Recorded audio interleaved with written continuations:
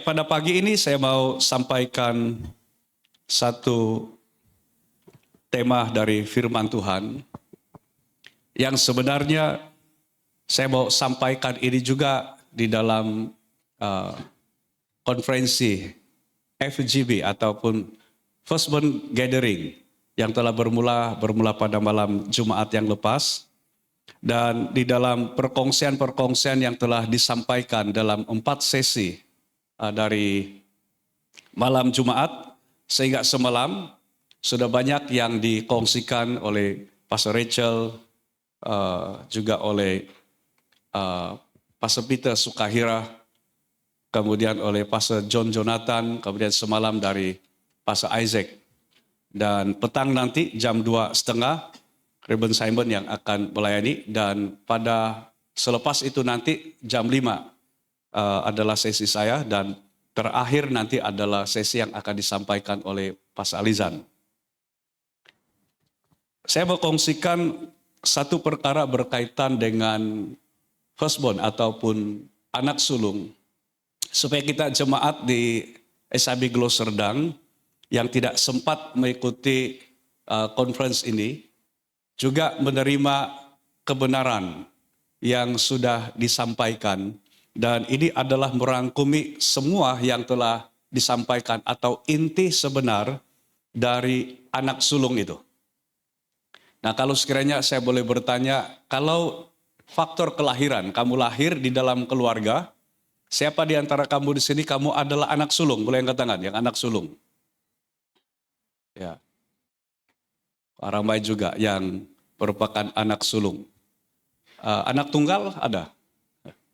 Anak tunggal maksudnya kamu satu-satunya anak dalam keluarga, anak ibu bapak kamu. Baik, tentunya bukan semua kita ini adalah anak sulung. Tetapi dalam Alkitab ada satu istilah atau satu status yang Tuhan telah berikan kepada kita dalam Kristus, sehingga kita dipanggil bukan hanya sebagai anak-anak Allah, tetapi ada satu panggilan khusus kepada kita, yaitu jemaat anak-anak sulung. Bukan jemaat anak sulung yang maksudnya di sana anak huruf besar, kemudian sulung juga S itu huruf besar, yang merujuk kepada Yesus.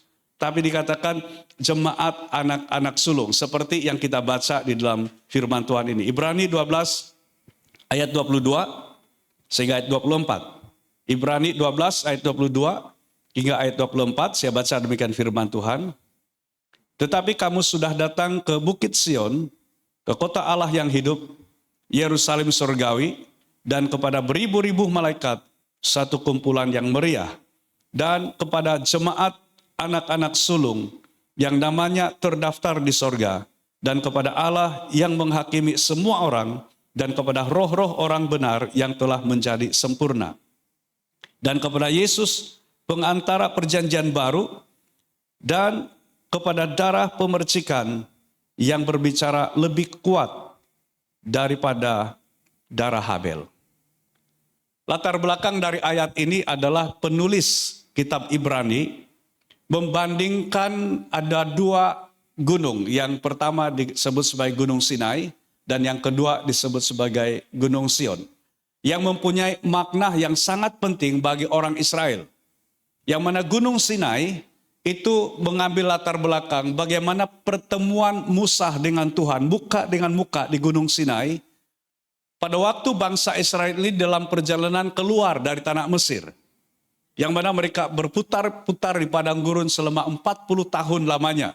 Selepas sekitar 400 tahun lamanya mereka di dalam penawanan, perhambaan di tanah Mesir. Dan waktu Musa berhadapan dengan Tuhan, buka dengan buka itu, sampai Musa ketika dia turun dari gunung itu, umat Israel tidak sanggup untuk menatap muka Musa oleh karena hadirat Tuhan dan kemuliaan Tuhan itu, dia seperti melekat pada Musa dan mereka tidak tahan. Tapi pada masa yang sama, bangsa Israel, mereka telah berubah setia kepada Tuhan, Sehingga mereka mendesak Harun pada waktu itu untuk membuat satu patung yang mereka boleh sembah sebagai Allah. Patung anak lembu dari emas dikatakan dalam firman Tuhan. Dan sampai akhirnya Musa menyelubungi muka dia dengan satu kain supaya dia boleh berhadapan dengan bangsa Israel. Dan dikatakan Musa di dalam gunung itu dia berhadapan dengan Tuhan itu dengan penuh ketakutan. Tetapi kemudian firman Tuhan berkata, sekarang kamu telah datang ke Bukit Sion. Dan Sion ini berbicara tentang pertemuan ilahi atau pertemuan kita dengan Kristus. Yang sekarang dia telah memanggil murid-murid dan mengajar murid-murid ini dan hidup bersama-sama dengan murid-murid dan bukan lagi dengan ketakutan seperti yang dialami oleh Musa, tetapi dalam satu keintiman dengan Tuhan. Dan inilah yang menjadi latar belakang dari ayat ini, sehingga dikatakan ayat 22, tapi kamu sudah datang ke Bukit Sion, ke kota Allah yang hidup, Yerusalem surgawi, dan kepada beribu-ribu malaikat, satu kumpulan yang meriah, dan kepada jemaat anak-anak sulung. Ada perkataan di situ, jemaat anak-anak sulung. Dan kita semua sebagai orang percaya yang telah ditebus oleh Kristus, seperti mana yang dikatakan di ayat 24, kita diangkat atau kita dipanggil sebagai jemaat anak-anak sulung.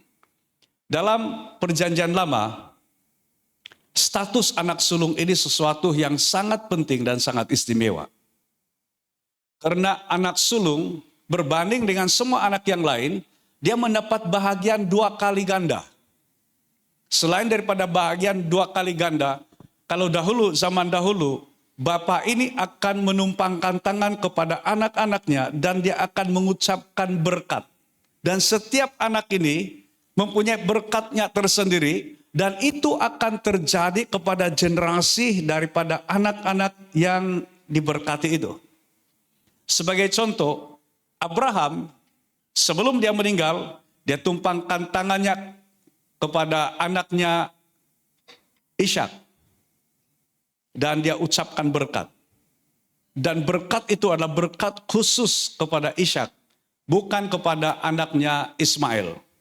Ishak adalah anak perjanjian Tuhan dengan Abraham. Kemudian Ishak memperanakkan 2 orang anak laki-laki, Yakub dan juga Ishak. Yakub dengan Esau. Ya, dan Esau sebenarnya adalah anak sulung dari sudut kelahiran. Tetapi yang menerima berkat kesulungan itu adalah Ishak. Walaupun kalau kita baca kisah itu, dia banyak dramatik dan dia seolah-olah satu manipulasi atau penipuan, tetapi itu adalah rencana Tuhan mengalihkan berkat itu kepada Ishak. Oleh karena ketaatan Ishak kepada Tuhan berbanding dengan Yakub kepada Esau, dan dari Yakub kepada dari Ishak mengalirlah kepada Yakub, dan dari Yakub kepada 12 suku Israel itu, dan dari 12 anak-anak dari Yakub itu yang sekarang dinamakan Israel. Tuhan menyatakan berkat kepada setiap anak-anak ini, satu berkat yang berbeza. Tetapi kepada yang dikatakan sebagai anak sulung, itu sesuatu yang sangat berbeza. Dan kalau kita pelajari dari Abraham, Ishak, Yakub, dan ke-12 suku Israel, itu dari ke-12 anak-anak Yakub, yang menerima 2 kali lipat itu adalah Yusuf. Kalau kita baca di situ. Sehingga suku itu tidak lagi muncul yang namanya suku Yusuf. Tetapi dari kedua anak Yusuf, disitulah lahir Efraim dan Manasye. Yusuf mendapat berkat 2 kali ganda. Tapi kalau kita melihat dalam sejarah penebusan Allah melalui Mesias, hak kesulungan ataupun berkat kesulungan itu sebenarnya dia mengalir dari Yehuda yang menjadi suku yang melahirkan Kristus. Dan semua nubuatan-nubuatan tentang Kristus itu adalah dari garis keturunan Yehuda. Dan kalau kita melihat bagaimana kisah Yehuda pun, sebenarnya kita dapat memberikan satu kesimpulan, kalau dia dapat menurunkan Kristus dari sukunya, itu adalah karena anugerah Tuhan. Kepada kita pada hari ini sebagai anak-anak Tuhan, dia bukan lagi tentang status kita sebagai anak sulung, anak bungsu, atau anak di tengah-tengah. Tapi firman Tuhan memberikan satu penegasan kepada kita bahwa kita sekarang dipanggil sebagai jemaat anak-anak sulung. Dan bagaimana kita menerima ini? Kita menerimanya dengan dalam kasih karunia yang ada dalam Kristus Yesus Tuhan kita, yang menjadi sulung, anak sulung dari semua anak sulung. Dan anak sulung ini saya berbicara tentang pemberkatan Tuhan. Saya mau sampaikan dengan singkat dari tema ini, firstborn atau anak sulung, yaitu hak anak sulung di dalam Kristus. Yaitu hak kita yang Tuhan telah berikan kepada kita di dalam Kristus. Nah, kalau kita perhatikan di sini, di dalam Kristus kita bukan sekedar diselamatkan dari hukuman dosa, tapi kita diangkat menjadi jemaat anak-anak sulung yang menerima identiti dan warisan kekal dari Allah. Anak sulung ini berbicara tentang dua hal sebenarnya. Dan saya mau sampaikan tentang hal ini. Apakah hak kita sebagai jemaat anak sulung di dalam Kristus? Yang pertama, yaitu kita menerima identiti yang baru kita di dalam Kristus. Jemaat anak-anak sulung ini adalah satu identiti kita di dalam Kristus. Sama dengan kita ini adalah anak-anak Allah. Kita adalah umat tebusan Kristus. Kita adalah hamba Kristus. Dan kalau kita baca di dalam firman Tuhan ini, ayat 23 dikatakan kepada jemaat anak-anak sulung yang namanya terdaftar di surga. Dan ini suatu yang sangat penting sekali karena apabila Yesus memberikan satu teguran kepada murid-muridnya atau satu peringatan kepada murid-muridnya selepas dia mengutus murid-muridnya untuk melayani. Ada 70 murid yang Yesus utus berdua untuk melayani. Ketika mereka kembali kepada Yesus, mereka memberikan laporan yang sangat luar biasa sekali dari pelayanan mereka. Salah satu yang mereka katakan adalah, setan-setan pun tunduk kepada kami demi namamu. Tapi Yesus berikan amaran ini kepada murid-muridnya, dan amaran itu berbentuk begini, jangan kamu bersukacita, jangan kamu gembira, karena iblis atau setan tunduk kepada kamu dalam namaku. Tetapi bersukacitalah, karena namamu terdaftar di sorga. Dan nama yang terdaftar di sorga itu adalah bagi orang-orang yang ada di dalam Kristus Yesus Tuhan kita. Di luar Kristus tidak ada dan tidak mungkin kita ada keselamatan atau nama kita terdaftar di sorga. Ada satu peristiwa di mana Musa ketika dia turun atau ketika dia berdepan dengan Tuhan dan melihat bagaimana bangsa Israel begitu mudah dan dengan sekejap, hanya 40 hari 40 malam Musa berada di puncak di Gunung Sinai, berhadapan dengan Tuhan, bersekutu dengan Tuhan, mendengar firman Tuhan. Bangsa Israel yang menunggu-nunggu Musa untuk turun, mereka katakan, mungkin Musa sudah mati. Baiklah kita buat satu patung yang kita akan anggap dan kita akan sembah sebagai Allah. Dan itu juga mendatangkan kemurkaan Tuhan sehingga dia katakan kepada Musa, biarlah mereka ini dilenyapkan. Tapi sampai Musa katakan begini, Tuhan kalau engkau melenyapkan mereka, hapuskan saja nama saya di dalam kitab kehidupan. Dan ini adalah sesuatu yang sangat bernilai sebenarnya, yang Tuhan tidak mungkin akan lakukan kepada Musa. Tetapi inilah juga yang Tuhan telah berikan kepada kita sebagai orang-orang yang telah percaya kepada Yesus. dari nama kita yang terdaftar di sorga. Dengan kata lain, yang telah percaya dan terima Yesus, kita diangkat menjadi jemaat anak-anak sulung. Sehingga di dalam Kristus, kita menerima identiti kita yang baru. Identiti yang baru kita dalam Kristus, kita diangkat menjadi anak-anak Allah. Kita disebut sebagai jemaat anak-anak sulung seperti dalam ayat di atas tadi. Kita juga menjadi warga kerajaan sorga. Kita bukan hanya warga negara dari negara mana asal kita. Baik kita yang orang Malaysia, kita ada warga negara Malaysia. Waktu saya balik ke Sabah baru-baru ini, saya sempat mengunjungi seorang hamba Tuhan. Sepatutnya pagi ini dia yang akan berkhotbah di gereja kita, Dr. Engki Chuan. Dia orang Kedah kalau saya tidak salah atau Perak kalau tidak salah, dan istri dia orang Pulau Pinang, tetapi mereka sudah menetap lebih 30 tahun di Sabah, bekerja dan menetap di Sabah dan ada rumah meskipun mereka tidak ada anak. Dan waktu kami sempat bercerita sekejap dengan mereka, saya bertanya satu soalan. Sama ada mereka akan kembali ke Semenanjung karena seorang di Perak dan seorang di Pulau Pinang. Dan mereka katakan kami tidak akan kembali lagi ke Semenanjung. Kami akan menetap terus di Sabah dan mereka sudah mendapat kewargaan Sabah. Kan kalau dalam kan pengenalan itu, kalau kan pengenalan saya itu kalau orang Sabah itu ada 12. Sudah tahu selain 12 apa lagi? Kalau Sarawak itu nomor berapa? 13. Selain 13 apa? 10. Hah? Ya, adalah dia punya kode yang mengetahui kita ini selain warga negara Malaysia, kita juga anak kelahiran atau warga negeri di mana, betul?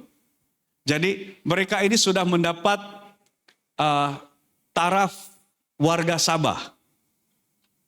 Nah, kita sebenarnya semua keluarga negaraan kita yang ada di dunia ini itu bersifat sementara. Di dalam Kristus kita telah diberikan satu kewargaan yang kekal, yaitu kita menjadi warga kerajaan sorga. Maksudnya kita adalah orang yang berhak atau ada atau akan masuk, akan hidup di dalam kerajaan sorga. Dan ini yang Tuhan telah berikan kepada kita. Kita menjadi warga kerajaan sorga. Selain daripada itu, ini yang dikatakan dalam firman Tuhan di ayat 23 di atas. Nama kita terdaftar di sorga. Selain daripada itu kita boleh baca ini dalam Lukas 10 ayat yang ke-20. Nama kita terdaftar di sorga. Dan inilah alasan Yesus kepada murid-muridnya.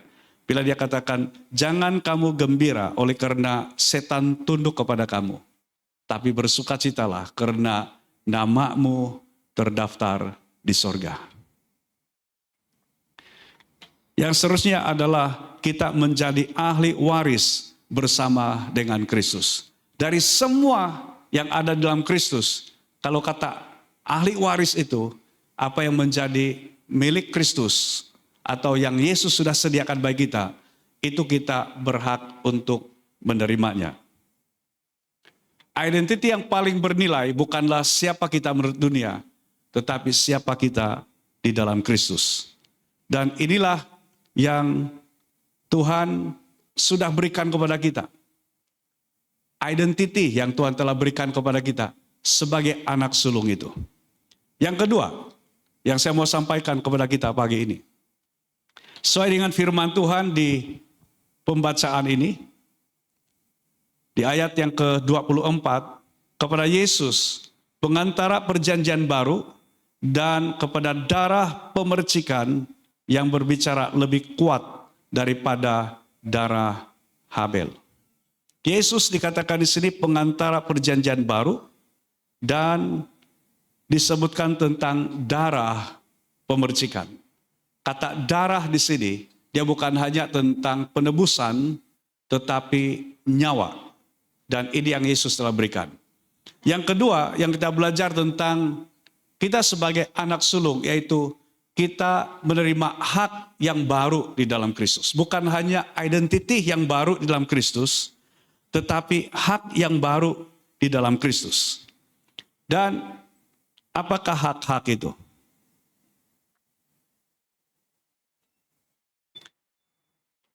Yang pertama, kita menerima pengampunan.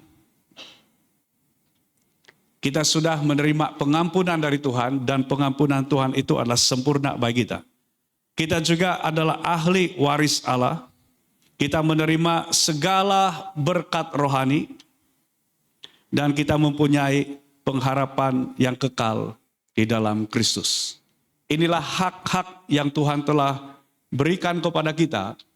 Dan pada waktu di dalam Firstborn Gathering ini, waktu di dalam satu persekutuan kami dari semua pengkhotbah yang menyampaikan firman Tuhan di dalam conference ini. Kami ada satu kali pertemuan Zoom. Dan pada waktu itu Pastor Peter Sukahira, dia adalah orang Jepun kelahiran Amerika dan menjadi warga negara Amerika. Tapi istri dia adalah orang Yahudi, keturunan Yahudi. Dan mereka telah beberapa tahun yang lepas mereka telah berpindah ke Israel. Dan mereka melayani ataupun mendirikan gereja mesianik ataupun yang gereja yang mengiktiraf atau menyatakan bahwa Kristuslah Mesias. Dan sebelum saya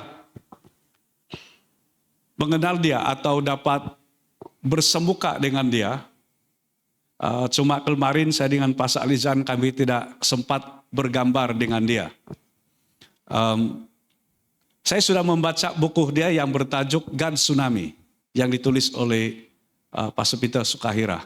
Dia membahaskan tentang bagaimana misi itu, bagaimana misi pemberitaan Injil itu, bagaimana aliran dia yang dia metaforakan sebagai tsunami, seperti tsunami.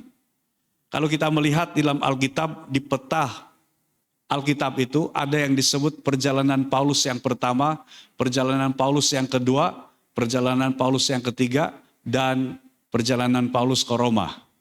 Itu yang mengakhiri kehidupan Paulus. Dan semua perjalanan ini bukan mengarah ke Timur Tengah, bukan ke negara-negara Arab, tetapi ke Eropa yang bermula kebanyakannya itu adalah di Turki sekarang ini, kemudian ke Italia dan banyak negara di Eropa. Kemudian dia bahaskan Injil itu kemudiannya bergerak ke Amerika. Dan dari Amerika terjadi revival, kemudian bangkit para missionary, para penginjil, dan Amerika dalam satu waktu menjadi negara pengutus missionary yang terbesar di dunia. Kalau sekarang ini dalam beberapa tahun yang lepas, sebenarnya mereka berimbang dengan Korea. Kalau kita di Malaysia, hampir di banyak tempat ada sejak Korea yang melayani di mana-mana.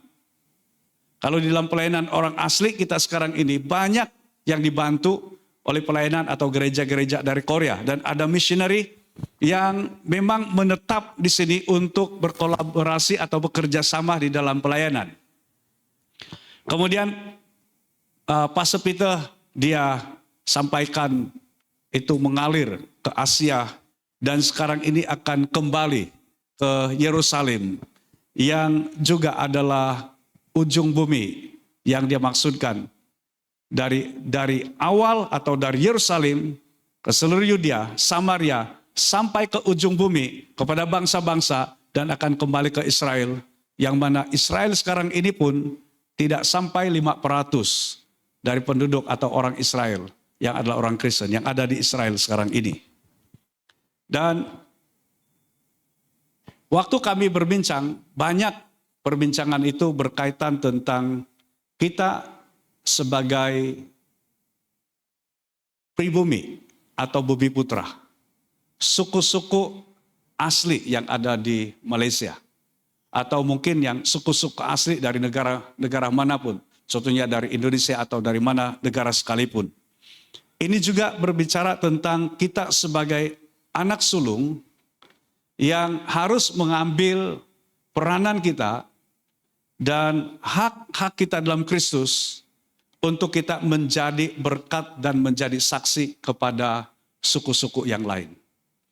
Dan kalau kita melihat di dalam apa yang Tuhan Yesus telah berikan kepada kita, saya lebih melihat ini bukan dari sudut kesukuan, tetapi di dalam diri kita, yang pertama tadi, identiti kita di dalam Kristus. Yang kedua adalah hak yang baru kita, identiti yang baru kita dalam Kristus. Dan yang kedua adalah hak yang baru kita di dalam Kristus.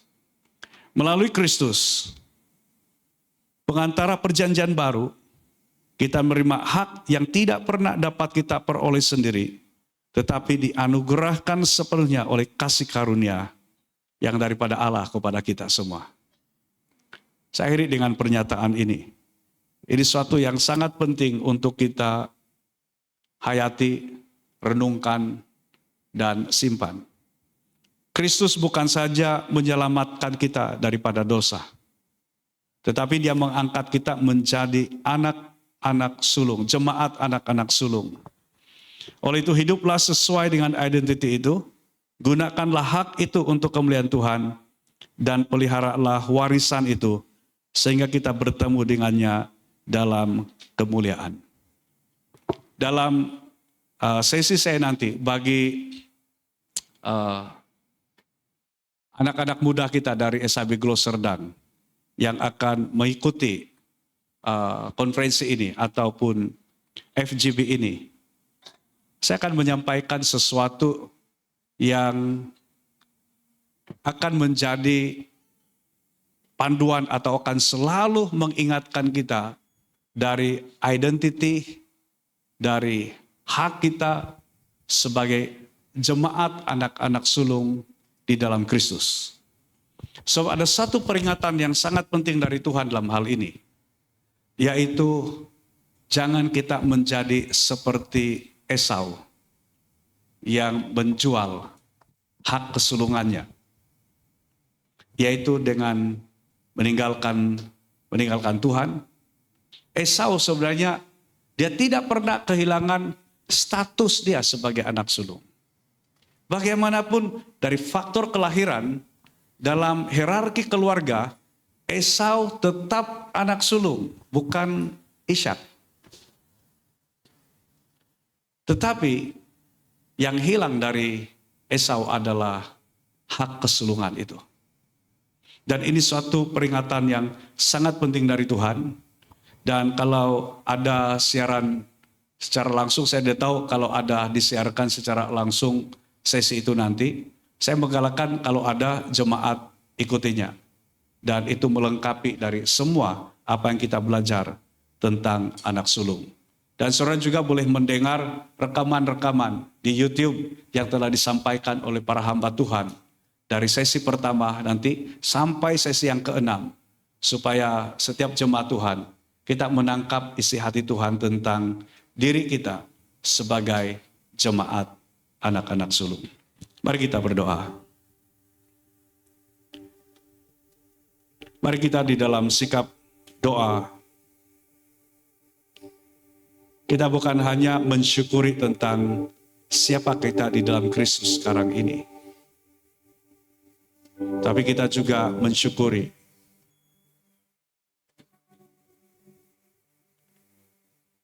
dan kita menghargai. Kita mengambil komitmen. Kita mengambil tanggung jawab dari identiti baru kita dalam Kristus itu. Kita diangkat menjadi anak-anaknya. Dan secara khusus juga kita disebut sebagai jemaat anak-anak sulung. Yang Tuhan telah percayakan satu, bukan hanya identity, tetapi hak yang ada di dalam Kristus.